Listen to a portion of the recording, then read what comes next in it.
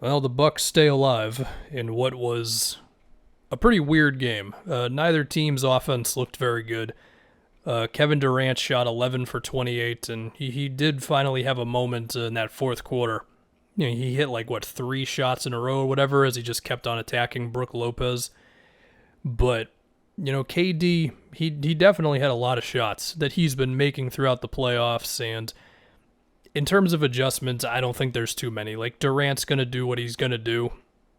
Could you have made it a little easier on him with some more off-ball action, like those pin downs? Sure, I'm not worried about KD too much. I do think Kyrie kind of sunk into this game a lot. I mean, he was 9 for 22, and for the life of me, I can't remember a lot of the shots. It just seemed at a certain point the Nets offense became Kevin Durant or a Bruce Brown floater over Brook Lopez, which was one of the weirder subplots. I guess it wasn't too weird. You keep attacking Brook, and sometimes it's going to be Bruce Brown as the guy who's got to take the shot. And I'm sure Milwaukee will bank on Bruce Brown not making all of his floaters. But still, it's clear that the Nets are just all in on going at Brook as the series continues into a Game 4. And we'll see if the Bucks ever look to play him less minutes. I mean, he played 35 in this one. Most of his shots were threes, as the offense was basically just Giannis set a screen on the ball pretty much every play, which, yeah, that's good. I think that's the move. I mean, yeah, again, the Bucks offense, I mean, they scored 86 points, but it felt like they got a lot of good shots. There were a lot of open catch and shoots, and I mean, Bryn Forbes missed his. Drew missed basically every shot he attempted tonight. PJ Tucker had at least one super wide open three in the fourth. Middleton had his catch and shoots. I mean, to me, the worst part about the Bucks offense tonight was just when Giannis was bailing out the Nets with the threes. Besides that, it felt like they were getting the shots they wanted to get off of the Giannis screening on the ball, and some of them just, didn't go in. I mean, they shot 19% from three, the Nets, they're doing a good job of forcing the Bucks to go to their plan B, which is the kick out and all that. But even so, 19%, that's just really rough. Now, as far as the 8 Giannis three-point attempts, it's not good. I mean, he finally made that one, and okay, cool, but you're playing into the Nets' hands so much every time you attempt one, especially because they're just constantly giving him all that space. But the Bucks won the game. They did win the game. They made the adjustments to have Giannis set screens a million times. Middleton profited off of that.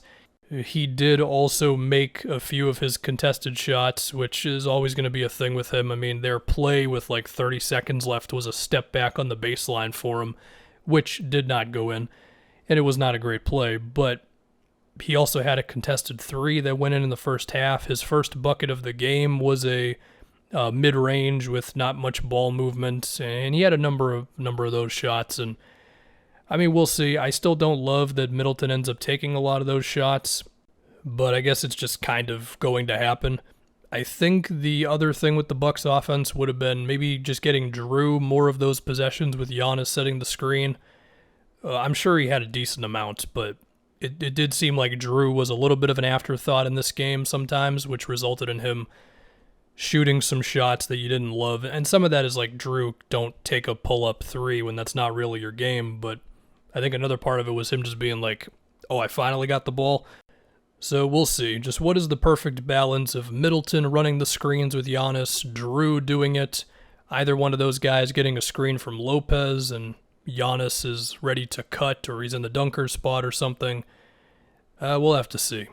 Are there chances of Brook Lopez pick and pops? Maybe. I don't think we're going to see a whole lot, but maybe one or two occasionally a game.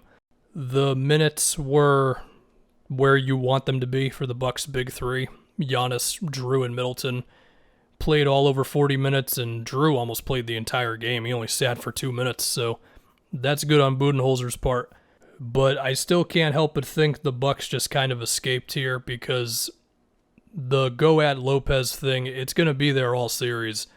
And KD and Kyrie, but especially KD, just missed shots that they'll typically make. So I'm not super optimistic with the Bucks after this one, but they had to win, and they won. So you hope the threes go in more, because, again, they got open looks.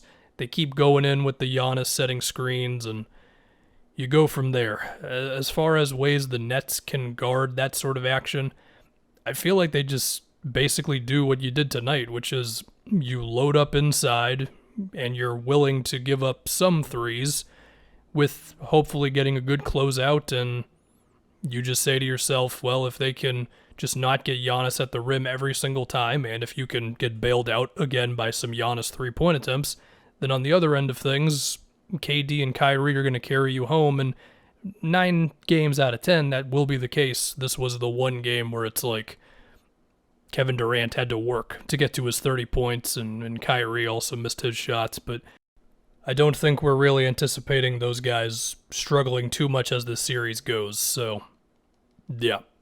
Of course, there's always the James Harden thing. We'll have to see there. We did see some Nick Claxton defending Giannis, and that didn't go too well, because he just can't body him up the way that Blake can.